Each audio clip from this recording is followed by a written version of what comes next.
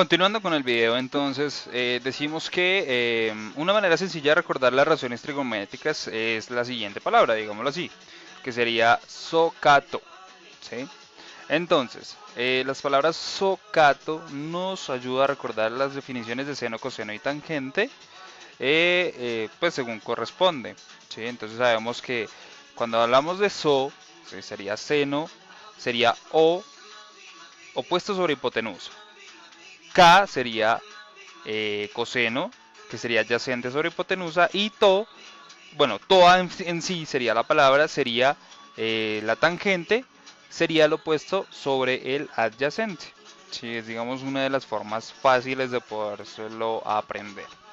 En este cuadro podemos apreciar que el seno de alfa sería el cateto puesto sobre la hipotenusa, basados en que alfa es nuestro ángulo representado en esta parte, nuestro ángulo en la parte izquierda. ¿Listo? Entonces, si tenemos alfa en esta parte, el lado opuesto sería nuestro lado naranja, que sería el cateto opuesto, y el adyacente sería el lado que no es la hipotenusa.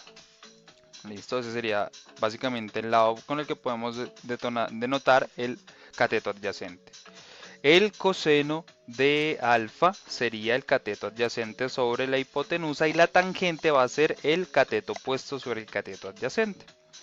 Para el caso de las inversas de nuestras tres principales funciones, sería la cosecante, la secante y la cotangente, que la cosecante viene siendo la hipotenusa sobre el cateto opuesto.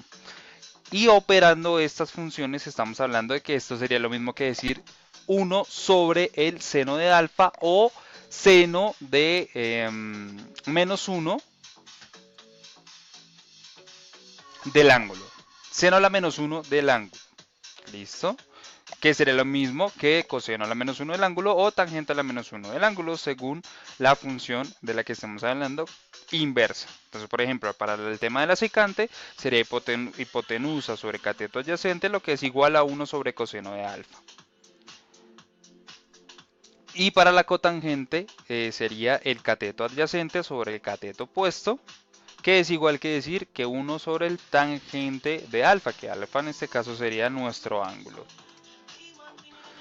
Para un ejemplo de la vida real, podemos decir que calcular la altura de un edificio basado en ángulos y en catetos. Entonces, un topógrafo utilizando un poste de observación de 4 pies de altura, colocado a 150 pies del edificio, observa el tope de un edificio con un ángulo de elevación de 28 grados. Basado en estos datos, ¿cuál sería la altura del edificio? Entonces, ¿qué datos conocemos? Conocemos el ángulo, ¿sí?, de observación de nuestro topógrafo y conocemos la distancia de nuestro topógrafo hasta el edificio. ¿Qué determinamos o qué necesitamos determinar? Es la altura del edificio. Si graficamos esta información podemos darnos cuenta que la base del edificio con respecto a la posición de nuestro topógrafo nos da un ángulo recto de 90 grados. Entonces, conocemos la distancia de nuestro topógrafo hasta el edificio, son 150 pies, y conocemos su ángulo de observación, que son 28 grados. A este ángulo podemos llamarle alfa.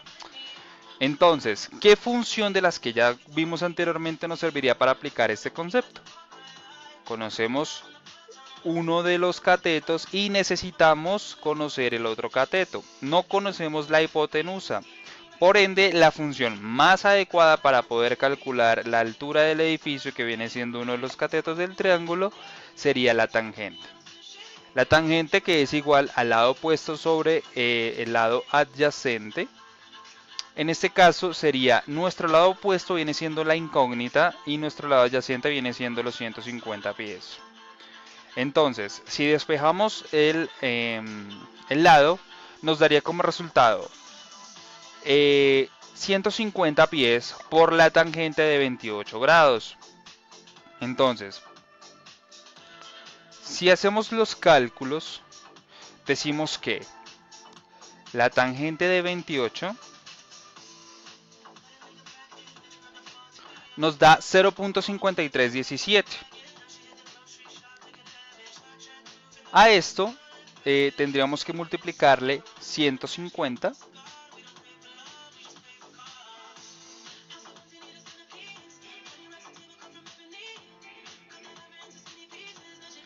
y nos daría como resultado el lado opuesto al ángulo, que en este caso son 79,75, y si lo aproximamos sería 79,76, que viene siendo nuestro lado opuesto. Entonces ya podemos determinar cuál es la altura de nuestro edificio. Estamos hablando de 79,76 pies de altura, y esto lo hallamos con una razón trigonométrica basada en ángulos y distancia.